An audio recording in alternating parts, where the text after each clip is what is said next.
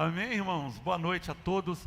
Nós estamos iniciando hoje uma série, ou uma campanha, como a gente gosta de falar, os 7 derramamentos do sangue de Jesus. Irmãos, eu quero hoje ser aqui o primeiro pregador que vai ministrar sobre esse tema. Durante 7 semanas, nós vamos receber outros pregadores que vai estar falando sobre esse tema. E é um tema tão importante para nós, irmãos. Eu sinto que nós, como igreja, no geral agora, nós precisamos voltar para a palavra, né, irmão? Voltar para a palavra, uma palavra pura, uma palavra simples, é o que a gente precisa. E hoje nós vamos iniciar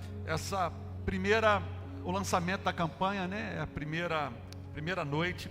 E nas próximas semanas se organiza para estar com a gente. A verdade é que o que nos contaram, o que não nos contaram sobre isso, o que a gente não sabe. E essa é uma área que eu tenho certeza que a gente vai aprender muito, irmão. Eu acredito que esse tema, ele é um tema presente na nossa vida, em todos os momentos. E se tem uma arma que o inimigo tem medo, é o conhecimento. Qual é o nome, irmão? O conhecimento deixa o inimigo apavorado. E a gente sabe que a verdade liberta, mas é o conhecimento que vai te fazer governar. Verdade liberta, é verdade, mas é o conhecimento que vai te fazer governar. Talvez você conhece alguém, um crente, que está na casa de Deus, na igreja há quantos anos, mas não vira chave. Por quê? Porque ele foi liberto, mas ele não entrou num nível mais alto, que é o nível que eu chamo de conhecimento. O conhecimento, ele me fará governar, ele vai me empoderar. A verdade é que cada um desses momentos no ministério de Cristo tem um propósito. A gente vai entender que em 7 lugares, 7 momentos, né, Jesus vai derramar uma gota do teu sangue para que pudesse nos alcançar. A gente vai ver qual é o propósito disso, em que área da minha vida eu posso aplicar essa palavra. Eu acredito que a igreja de Jesus recebeu muito poder e autoridade. O poder e a autoridade está sobre a igreja. Diga amém, irmão. O Derek Prince, que é um dos grandes pregadores sobre esse tema, ele diz que o sangue de Jesus é como uma bomba atômica se comparado ao mundo espiritual. Se a gente olhar para o mundo espiritual, não há nada mais poderoso do que o nome de Jesus, do que o sangue de Jesus. Só que eu vejo muita gente preocupada eu vejo a igreja mais preocupada em se defender do que exercer o seu poder. Não sei se tem alguém aqui me entendendo nessa noite. A igreja está mais preocupada em se defender do que de fato exercer o seu poder. É como aquele crente que se converteu e ele vive 24 horas por dia fugindo do pecado, lutando contra o pecado. E na verdade, Deus nos chamou para exercer poder nessa terra. Até porque, dentro da metáfora bíblica, você é um guerreiro do exército de Cristo. Você faz parte desse exército e nós fomos chamados para conquistar territórios, irmãos. Quando a Bíblia diz em Atos 1:8, mas recebereis poder ao descer sobre vós o Espírito Santo, né? Ser-me-eis testemunha em Jerusalém, tanto na Judéia, Samaria e os confins da terra. Essa palavra poder aqui é dunamis. Fala comigo, dunamis. Dunamis é uma dinamite. Não é um poder qualquer, não é uma influência qualquer, não é uma autoridade qualquer, mas é comparado a uma dinamite que é capaz de tirar do teu caminho tudo aquilo que for resistência. E eu quero declarar isso para você nessa noite. Esse poder está sobre a tua vida, esse poder está sobre a igreja. Então eu preciso exercer esse poder, porque não adianta também um conhecimento que não é colocado em prática. É como alguém que conhece a Bíblia. Você pega um teólogo, ou talvez um filósofo, ou um ateu, que conhece muito a Bíblia, só que não aplica a Bíblia, só que não obedece a palavra. E o que vai fazer a diferença é o que Jesus falou: aquele que tem os meus mandamentos e os guarda, este é o que me ama. E aquele que me ama será amado do meu Pai, e eu também o amarei e me manifestarei a ele. Aí você entra num outro nível, irmão. Agora não é só nível da presença, mas é nível de manifestação de Deus na tua vida, na tua casa e nos teus projetos para a glória de Deus. Quem está feliz aí com Jesus, dá um amém aí, dá um glória a Deus. Então, o sangue de Jesus tem poder. Quem já ouviu essa palavra, irmão? Quem já falou isso, irmão? Sangue de Jesus tem poder, não já? Talvez é a palavra ou a frase mais comum nos crentes, e tem gente que não é crente, que diz, pelo menos, ou está amarrado, ou sangue de Jesus tem poder. Não é pastor Cláudio, pastora Patrícia, está amarrado. O cara não é nem crente, irmão, mas passou por uma situação, está amarrado. Talvez ele não tenha noção do que ele está falando. Quando ele fala, o sangue de Jesus tem poder, talvez ele não tenha noção, e ele tem poder sim, mas tem poder na vida daqueles que têm autoridade quando diz essa frase. E eu quero te ensinar hoje que essa palavra, ela tem muito poder, né? A única maneira de viver e conquistar nessa terra é através do sangue de Jesus. Então, quando você fala o nome de Jesus, é diferente de quando você aplica o sangue de Jesus. Eu mostro na Bíblia. Êxodo no capítulo 12, no versículo 7, diz assim: tomarão do sangue e pô-lo-ão em ambas os umbrais e na verga da porta, nas casas em que o comerem. Esse texto está no Antigo Testamento, claro. Foi no momento em que Deus dá ordem para que Moisés saísse do Egito. Só que Deus dá uma ordem dizendo, vocês vão matar um cordeiro, pegar o sangue do animal e marcar os umbrais da porta, porque o anjo da morte viria naquela noite. Só que aonde ele olhasse e visse a marca do sangue, ali ele não podia tocar. Então ali foi comemorado a Páscoa, que para nós hoje, irmão, faz muito sentido, porque se o sangue, ele não respeita a idade, o sangue não respeita crente, né? O tempo de crente, eu tenho 20 anos de crente, não é isso. Eu sou diácono, eu sou pastor, não é isso, mas é a submissão à autoridade do nome de Jesus. Quando eu ando em submissão a Deus, você fala o sangue de Jesus, e o sangue de Jesus tem poder mesmo, irmão. Agora, pensa comigo, se o sangue de um animal colocado numa madeira teve o poder de não deixar o anjo da morte entrar, imagina o sangue de Jesus aplicado na sua vida, irmão. Não há maldição que não possa ser quebrada quando você invoca o nome, o sangue de Jesus. Não há, irmão. Então, o significado é que o inimigo, ele não pode tocar naquele que carrega a marca, porque lá Deus deu a ordem para colocar a marca numa madeira, no umbral da porta. Só que hoje, essa marca você carrega dentro do teu coração. Eu creio em nome de Jesus que cada derramamento, cada semana, nós vamos aprender muito sobre esse significado espiritual, que representa diferentes aspectos do sacrifício, do sangue de Jesus e do poder que nos dá livramento, irmão. Quem está pronto para começar, diga amém. A gente vai entender que cada derramamento é associado a um significado espiritual, representando diferentes aspectos do sacrifício de Jesus, do seu poder, da sua cura, do seu perdão e da sua restauração. Claro que hoje a gente não vai entrar em cada um desses, mas eu quero deixar pelo menos aqui uma degustação para você hoje, para você voltar semana que vem, trazendo mais um convidado. Serão 7 semanas. Eu quero falar do primeiro. O primeiro é o sinal, foi o sangue da testa. Vamos dizer juntos, o sangue da testa. Olha Lucas 22, 44. E posto em agonia, orava mais intensamente, e o seu suor tornou-se o quê? Como grandes gotas de sangue que caíram sobre o chão. Irmãos, eu pensava que Jesus começou a sangrar lá na cruz, mas na verdade não foi na cruz. Esse lugar que Jesus estava se chama Getsemane. O Getsemane era um lugar, um jardim de oração. Então eu descobri que Jesus não sangrou por mim na cruz. Muito antes da cruz, ele já sangrava gotas de sangue. E a Bíblia diz que ele entra num estado de agonia, de pressão e opressão tão grande, a ponto de o seu suor se transformar em gotas de sangue. E cientificamente isso é provado, que uma pessoa colocada a um nível de estresse muito alto, seus poros se abrem, a ponto de escorrer sangue, ao invés de suor.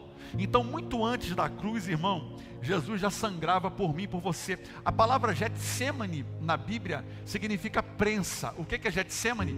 Prensa. Significa que ali estava sendo prensado, pressionado, para que ele viesse a desistir, Mas a notícia boa que eu quero te dar nessa noite, que Ele foi até o final. Ele não desistiu de você, irmão. Ele não desistiu de mim. Isso é maravilhoso, porque quando a gente olha para essa parte, o sangue na testa, né? Quando o sangue que toca a terra foi para nos curar da traição e nos libertar da maldição geracional produzido pela desobediência. Então nós vamos orar por áreas específicas aqui. Semana que vem nós vamos entrar profundo em cada um desses temas. Eu tenho certeza que você vai sair daqui, irmão, com tanto conhecimento, que você vai começar a viver algo novo na tua vida. Quem deseja viver algo novo, irmão? Eu também. Então nós vamos orar por áreas específicas, mas eu também posso fazer uma oração no geral, pastor? Não, irmão. São em áreas específicas da nossa vida que Deus vai trabalhar. Eu creio nisso.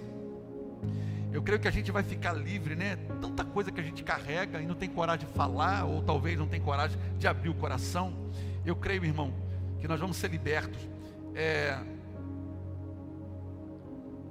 Uma das áreas também que, quando o sangue de Jesus tocou na terra, foi nos livrar do espírito da rebeldia, da traição, feitiçaria, ocultismo e enfermidades. Na próxima semana vamos estar sobre esse tema. Nós vamos entrar profundamente, e vai ser uma noite de libertação aqui nesse lugar, irmão.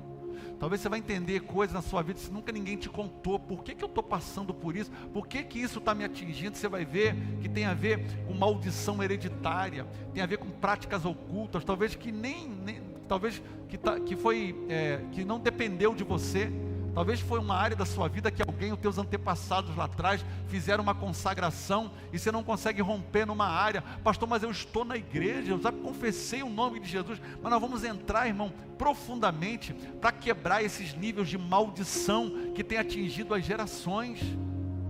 E eu creio que a partir de você vai começar a mudar a história da tua casa, da tua família e da tua geração. Não é possível uma pessoa estar na presença de Deus, na casa de Deus, e não mudar de vida, não virar uma chave. É impossível, é impossível. E eu creio que nessa semana Deus vai nos visitar com uma palavra rema. Diga comigo, rema, irmão, com muita revelação.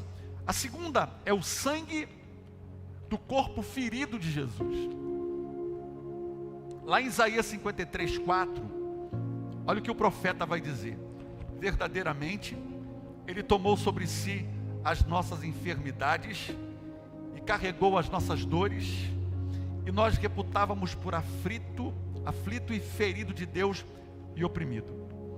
Quando Ele foi açoitado por um chicote, ou pelo chicote romano, para trazer redenção e nos livrar de enfermidades, doenças físicas, doenças emocionais, vícios, corrupção. Nós vamos aprender muito sobre isso, porque o profeta Jeremias, aliás, o profeta Isaías na Bíblia, é chamado de um profeta messiânico, irmão.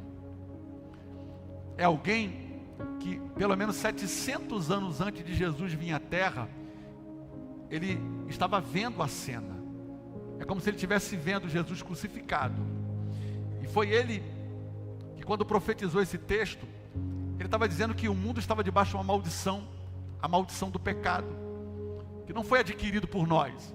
Mas Adão, lá no Gênesis ainda, abriu uma porta de maldição. Só que o que acontece, irmão? Quando Jesus veio na cruz do Calvário e ressuscitou, quando Ele disse, está consumado, o que Ele falou? Está consumado, não é isso? Está feito, está pronto, está pago. A partir daquele momento, abriu-se uma nova janela de oportunidade.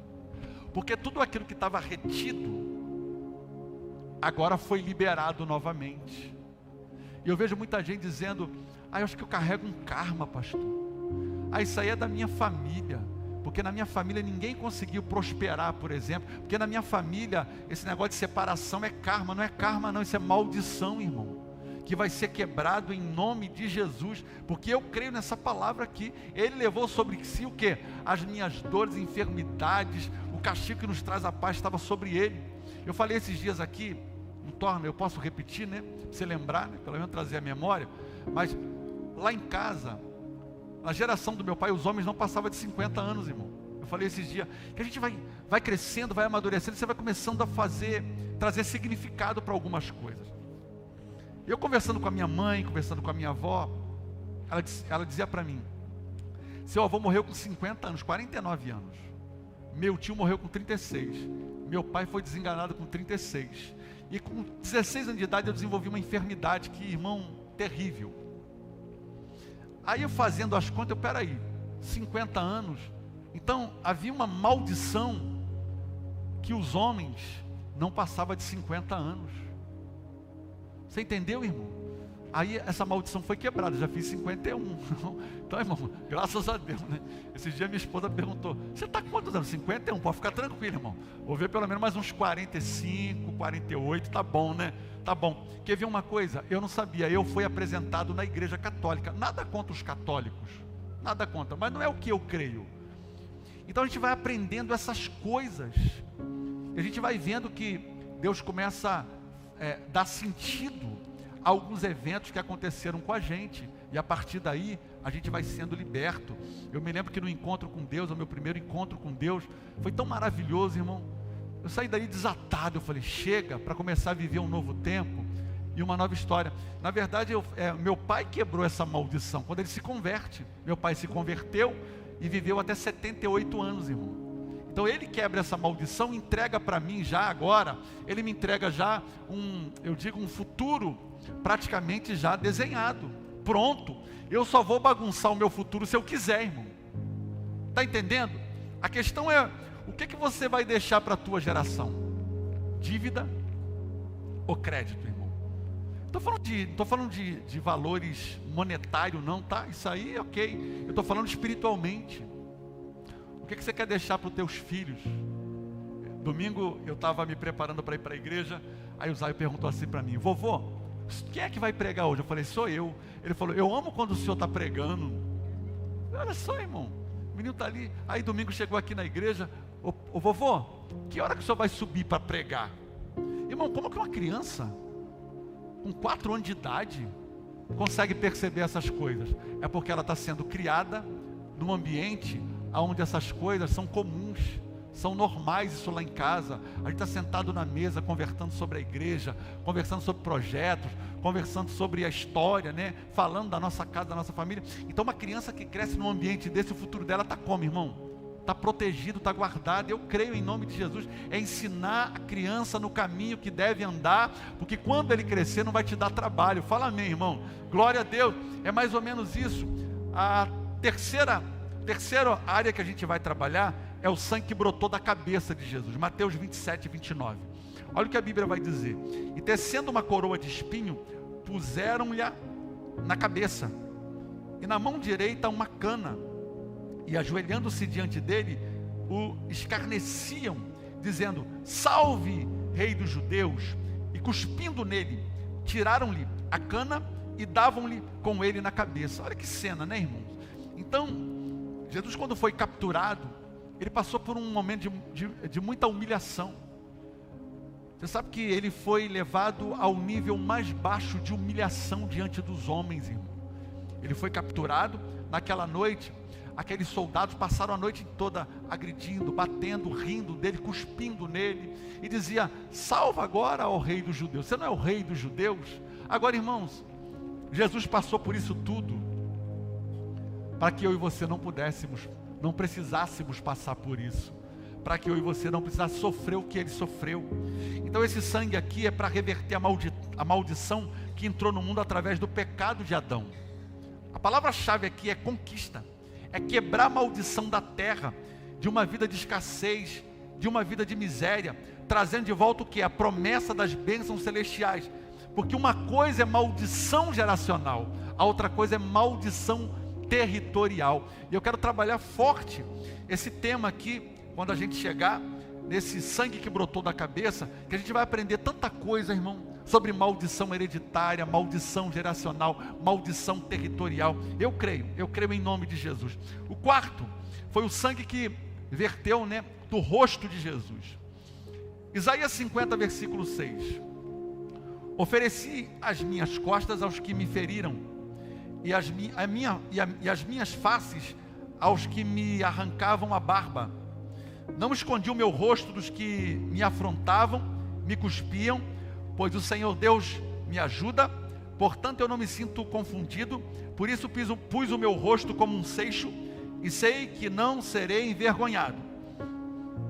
Esse momento aqui, na vida de Jesus, é quando arrancaram a barba de Jesus, arrancaram a pele de Jesus.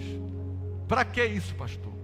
Para restaurar a imagem das pessoas. Como assim, pastor? Pessoas que vivem crise de identidade, que não se aceitam, que se auto-sabotam, pessoas que vivem crise existencial. Eu não sei quem eu sou, eu não sei de onde eu vim, eu não sei para onde eu estou indo. A gente está vivendo diante de uma geração que eu diria que é a geração mais fraca que passou pela terra. Uma geração que a gente está vivendo debaixo de muito ataque do inimigo. Uma geração que está debaixo de um ambiente de muita filosofia, de muita mentira. E nós precisamos resgatar essa geração. Nós temos a palavra, nós temos o ensino. Uma geração que está debaixo de muita influência de ocultismo. Uma geração que está debaixo de muita influência de malignidade. Então nós vamos buscar a restauração da imagem de Deus nas pessoas, principalmente as pessoas que estão lá fora, que não sabem quem são. Eu creio que é tirar a cegueira espiritual das pessoas. Você está pregando, as pessoas não estão reconhecendo, as pessoas não estão ouvindo. A Bíblia diz que o Deus desse século cegou o entendimento para que não lhes resplandeçam a luz do Evangelho. Mas eu creio, irmão, debaixo dessa palavra, nós vamos restaurar essa geração e alcançar, em nome de Jesus, aqueles que precisam ser alcançados. Eu acredito na minha geração, irmãos. Uma geração que está sendo muito manipulada. A gente vê os filmes, as séries. Esses dias lançaram uma série, se eu não me engano é Adolescente o nome da série. Quem viu? Adolescente, né? Adolescente. Você vai ver a série, trabalha com muita coisa de suicídio, né? Eu não vi a série, mas li um pouquinho sobre isso. É uma geração que você vê as canções hoje de cantoras famosas aí, eu não vou precisar dizer o nome, mas são canções que fazem apelo a suicídio. Os jovens estão cantando para se suicidar. Os adolescentes. Esses dias chegou uma oração de uma criança de 6 anos de idade, pastores, pedindo para a gente orar, uma pessoa que cuida dela, porque essa criança, quando acorda, só fala em suicídio. Irmão, isso não é normal. E eu creio em nome de Jesus, que nós vamos restaurar essa geração. Essa casa é casa de restauração, em nome de Jesus, amém? Quem está orando por isso, diga amém. Quem está orando pela sua geração, diga amém. Quem não está só orando, mas também está influenciando. É influenciar a tua geração, influenciar os teus filhos. Debaixo de muita feitiçaria branca que eu chamo, né, irmão? É aquela feitiçaria mais que não tem a questão de ritual satânico, mas uma feitiçaria mais dentro dos filmes. Harry Potter, né? A geração Harry Potter, que foi toda ela moldada, acreditando em feitiço, e que a gente precisa de fato libertar essa geração, irmão, em nome de Jesus. Esse dia eu estava vendo que a autora de Harry Potter, né, é uma britânica e ela está lutando contra a ideologia de gênero. Eu gostei disso, irmão. Eu gostei disso. E ela pagou um preço caro por isso. E ela está lutando pela ideologia de gênero, contra a ideologia de gênero na Inglaterra. Olha que coisa tremenda, irmãos. Eu creio em nome de Jesus. Há uma palavra de Deus, irmão, que vai direcionar os nossos filhos e a nossa casa. O quinto é o sangue nas mãos de Jesus. Êxodo 15:6. A tua destra, ó Senhor, é gloriosa em poder. A tua destra, ó Senhor, destroça o inimigo, né? A tua destra é a sua mão direita. Então, quando as mãos de Jesus foram pregadas pelos soldados, foi para quê? Foi para nos mover com poder e produtividade. Então, quando precisamos despertar o dom do Espírito Santo, é as mãos do Senhor sobre nós, trazendo liberalidade. Eu creio em nome de Jesus. Nós vamos viver um tempo de muita prosperidade em nossos lares, irmão. A gente está vendo o Brasil, infelizmente, indo por um caminho muito ruim, por causa do governo que está aí. Por causa não é só do governo, mas das medidas que estão sendo tomadas. Mas eu aprendi uma coisa, irmão. Quando o caos se estabelece lá fora, sabe para onde que as pessoas correm? É para a casa de Deus. é para a igreja. E eu creio em nome de Jesus, nós vamos ver muita gente se convertendo, porque Deus não desperdiça nada, irmão. Até no sofrimento Deus está usando, não importa o ambiente, o lugar, Deus vai usar toda e qualquer situação para a gente ver essa nação liberta e sarada em nome de Jesus, irmão. Há uma promessa de Deus sobre o Brasil. Eu me lembro quando a primeira vez que o primeiro-ministro de Israel pisou aqui nesse país, sabe o que ele disse? Israel é a terra da promessa. Aliás, Israel é a terra prometida e o Brasil é a terra da promessa. Eu creio, irmão, que desse país a gente vai ouvir falar muito bem lá fora. É triste o que está acontecendo com o Brasil, irmão. Vocês estão acompanhando os escândalos aí? Estão acompanhando, né, irmão? É muito triste, é muito vergonhoso a gente saber que o nosso país hoje está sendo comentário lá fora por roubo de aposentado. É muito feio isso, irmão. É triste. E eu creio, algo vai acontecer nessa nação, irmão. Algo vai acontecer, porque é uma afronta o que a gente está vivendo. Eu aprendi uma coisa na Bíblia: se tem uma coisa que não ficará sem resposta de Deus, é afronta.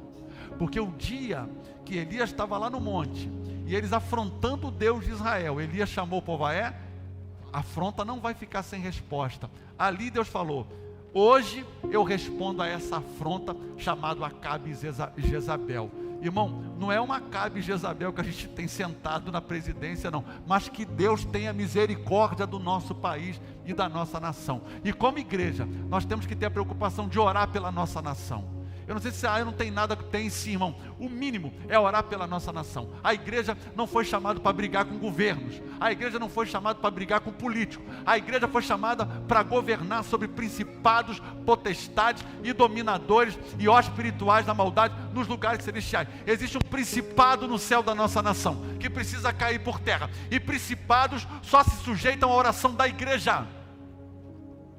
Principado não se sujeita à oração de um homem. Mas quando a igreja se levanta em oração, principados caem ao chão.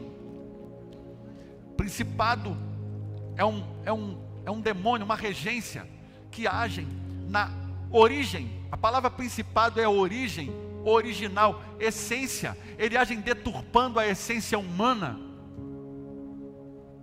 A gente está vendo um dos temas que é muito comentado no Brasil, é ideologia de gênero. É aborto. Querem aprovar o aborto. O aborto é o que? É matar a essência. Então esse principado age para desconstruir a essência humana, levando as pessoas a acreditar que são o que elas querem ser. Só que eu descobri uma coisa, irmão: eu sou a imagem e semelhança de Deus. Deus me criou a sua imagem e semelhança para servi-lo e fazer a vontade dele. Tudo aquilo que foge disso é ideologia, é mentira, e só existe uma verdade, e a Bíblia diz que conhecereis a verdade, e a verdade vai libertar. A sexta mensagem será sobre o sangue nos pés de Jesus. Olha Isaías 63:3. Eu sozinho pisei no lagar, e dos povos ninguém ouve comigo. Eu os pisei na minha ira, eu os esmaguei no meu furor, e o sangue salpicou as minhas vestes e manchei toda a minha vestidura. Aqui fala sobre propósito, salvação e juízo. Vamos dizer juntos: propósito, salvação e juízo. Quando pregaram os pés de Jesus na cruz do Calvário, naquele momento, irmãos, Jesus estava ali na cruz por inteiro. O grande erro do inimigo foi ter crucificado um homem inocente. Não havia pecado sobre Jesus. E você sabe que no Antigo Testamento, se não sabe, eu vou explicar, as pessoas eram salvas por obras e não pela graça. Está entendendo?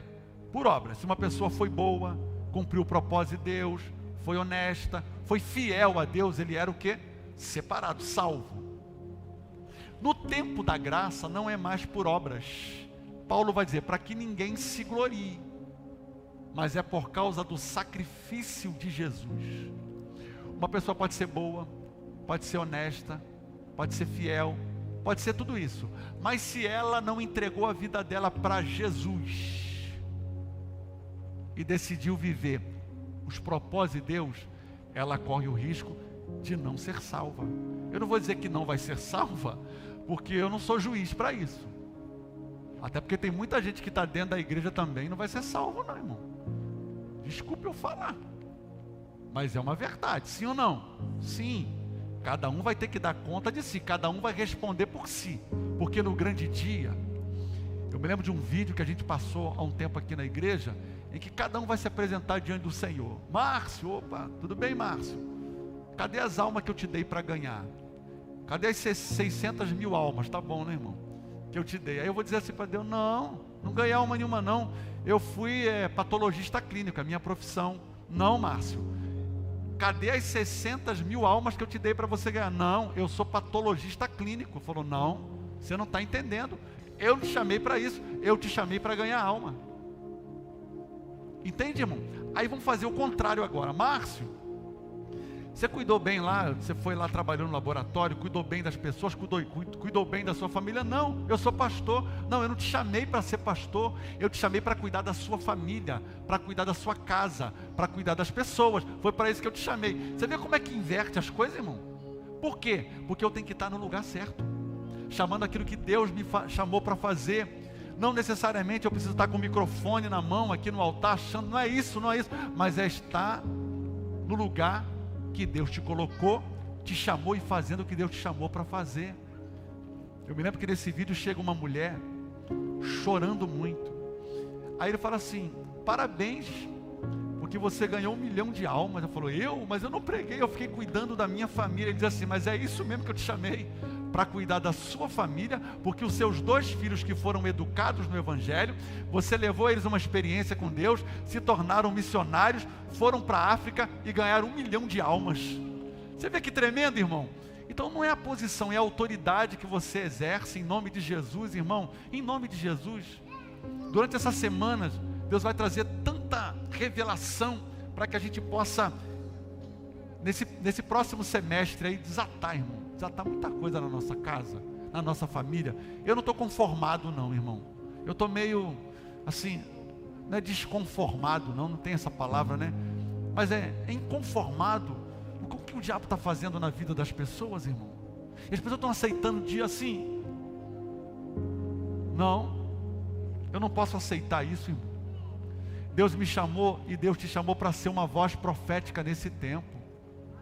Aonde você está, você pode fazer a diferença. Aonde você chegar, as pessoas têm que ver a diferença na tua vida. Eu pregava aqui no domingo pela manhã. Existe um texto lá você consegue colocar Gálatas 6, versículo 2 para mim? Esse texto falou muito comigo. Gálatas 6, 2. Eles vão colocar o texto aqui. Olha o que a Bíblia está dizendo, irmãos, porque às vezes assim, mas eu não tenho que me preocupar com a vida de ninguém. Não é questão de se preocupar. Olha o que o texto vai dizer. Levai os fardos um dos outros, e assim estarei cumprindo o quê? A lei de Cristo. Levar o quê, irmão? Fardo. Agora coloca o versículo 5 para mim. Olha o versículo 5, irmão. Porque cada um carregará o seu próprio fardo. Não parece contradição, irmão? Porque falou que a gente tem que dividir a carga. Agora no versículo 5, o mesmo texto, ele está dizendo que cada um deve levar o seu fardo. Aí eu fui estudar sobre esse texto, pastor Cláudio. Carga são demandas da vida. Nós fomos treinados para libertar pessoas. Se uma pessoa chega endemoniada, o que você vai fazer? Liberta ela. Se uma pessoa chega com demanda, com problema espiritual, ou com alguma dificuldade financeira, ou alguma dificuldade por exemplo, de alimento, ou uma pessoa que tem uma demanda, está com uma crise no casamento, problema, isso é carga. A Bíblia manda a gente dividir, compartilhar um com o outro, isso sim. Agora fardo não. O fardo cada um deve levar o seu. O que é o fardo? É a minha responsabilidade pessoal. Você está entendendo? Aquilo que é para mim fazer. Fardo é diferente de carga. A carga sim, nós vamos te ajudar. Agora o fardo é a minha responsabilidade como pai. Se eu deixei de cumprir o meu papel de pai, irmão, como é que vai ser? Você entende? Então, o fardo aqui é Deus nos dando a oportunidade para que a gente possa caminhar nessa terra e assumir a minha responsabilidade. E esse texto, eu comecei a olhar para isso, eu falei, meu Deus, eu descobri que eu posso ser uma bênção na vida de alguém, irmão. Você sabia que você pode ser uma bênção para alguém? Você sabia que Deus colocou na tua mão uma chave que você segura, que pode ser a libertação de alguém lá fora, que você tem essa palavra, que você tem o seu testemunho? Quantos aqui gostaria de ser um instrumento na mão de Deus, irmão? É você mesmo que Deus vai usar, é você que Deus vai usar para alcançar a tua casa, a tua geração, irmão. Ó, ai de mim, se a minha mãe desistisse de orar por mim, se os meus pais desistissem de mim. Foram 11 anos orando para que o evangelho chegasse e tocasse no meu coração. Só que, irmãos, entenda uma coisa, não sou eu que vou converter as pessoas, é o Espírito Santo. Eu sou o instrumento que Deus usa, mas é o Espírito Santo. A Bíblia diz que é o Espírito Santo que nos convence do pecado, da justiça e do juízo. Eu creio, irmão, que quando você abrir a tua boca e começar a falar para as pessoas do amor de Deus, você vai ver o que Deus vai começar a fazer na tua vida. Porque a Bíblia diz que aquilo que eu semeio é aquilo que eu vou colher. Você está semeando amor, o que você vai colher, irmão? Você está semeando salvação na vida de alguém, o que você vai colher, irmão? Você está semeando palavra de Deus na vida de alguém, o que você vai colher? Você vai receber da medida com que você está plantando. A colheita é um negócio tremendo, irmãos. Eu creio em nome de Jesus. E por último, o sangue do lado de Jesus. Lá em João 19:34, contudo um dos soldados lhe furou o lado com uma lança, e logo saiu sangue e água. E quem viu isso, que dá testemunho, e o seu testemunho é verdadeiro, e sabe que diz a verdade, para que também vós creiais.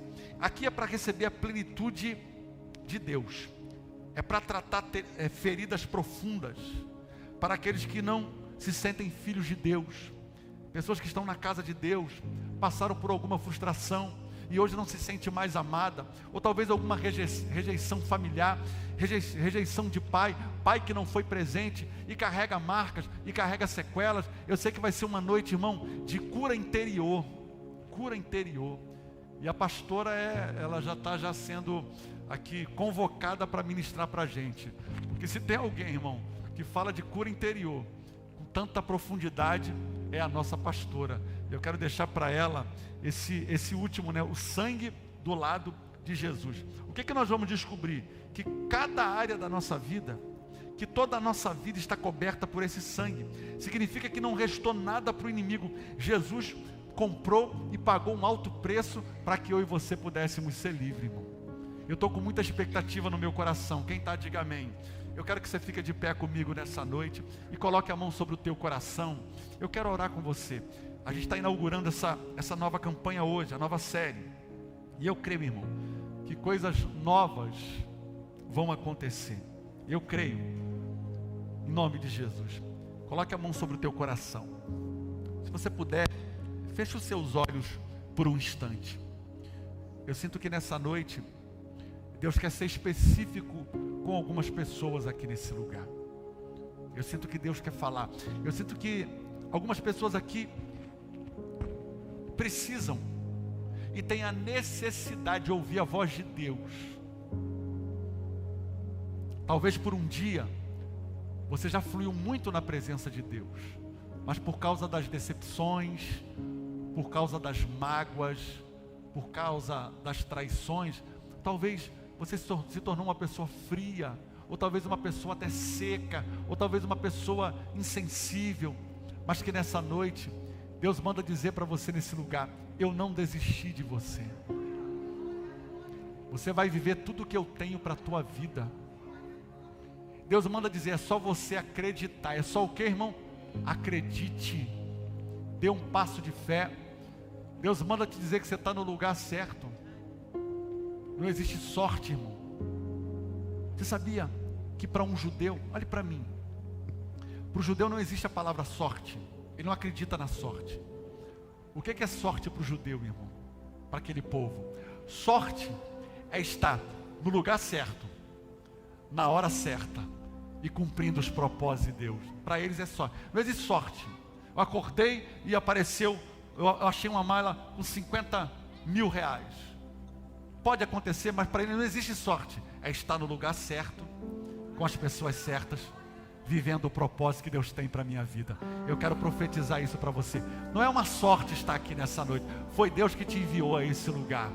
Porque eu creio, a minha Bíblia diz que a obra que Deus começa, Ele também termina, Ele vai até o final.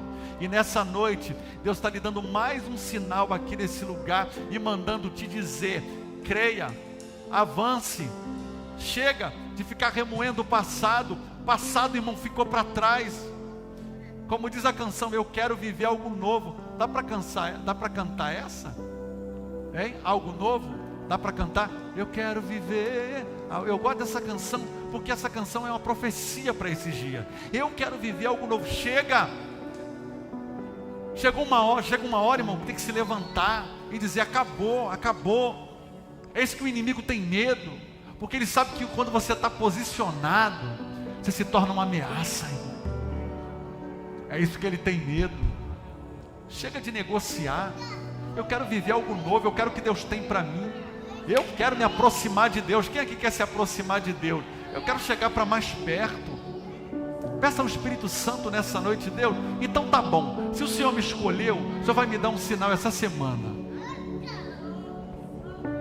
Você acredita nisso, irmão? Semana passada eu estava orando por um casal dentro do gabinete, eu e a pastora.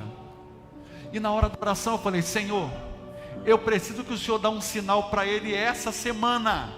Eu fui muito específico com Deus. Eu preciso que seja essa semana que o Senhor vai dar um sinal para ele. Foi numa segunda-feira. Irmão, quando foi sexta-feira, ele me ligou para contar a vitória.